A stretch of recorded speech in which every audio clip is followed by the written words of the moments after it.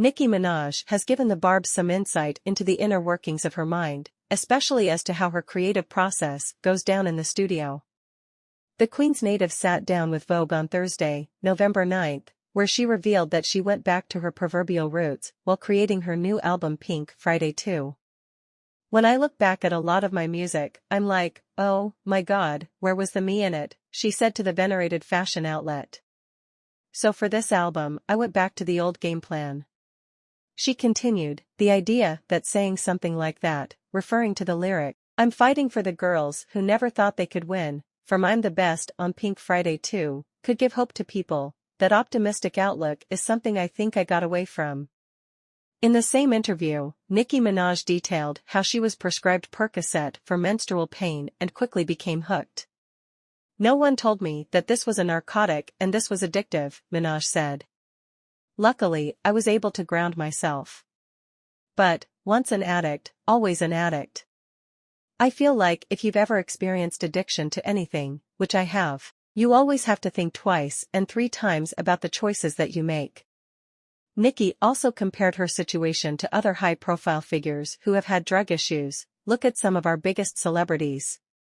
They eventually either get laughed out of wanting to go outside anymore, like Michael Jackson, or criticized, like Whitney Houston, or they fight silent battles, like Prince. These are some of the greatest of all time. And one day they decided, you know what? I'd rather self-medicate and be in my own world." Nicki Minaj previously discussed rumors of her drug use in 2021 and denied ever using cocaine. "I have never, ever in my life, with my hand to Jesus Christ, never in my life, ever, not even once, sniffed coke, ever. That's just never been my drug of choice," she said on Instagram Live. "You would know, if you're a fan of mine, that all you gotta do if you wanna know my drug of choice or my drugs of choice, just listen to my music, Chili, 'cause it's all right there." Elsewhere in her Vogue interview, the Anaconda rapper addressed her family's history of substance abuse, with her father suffering from crack cocaine addiction while she was a child.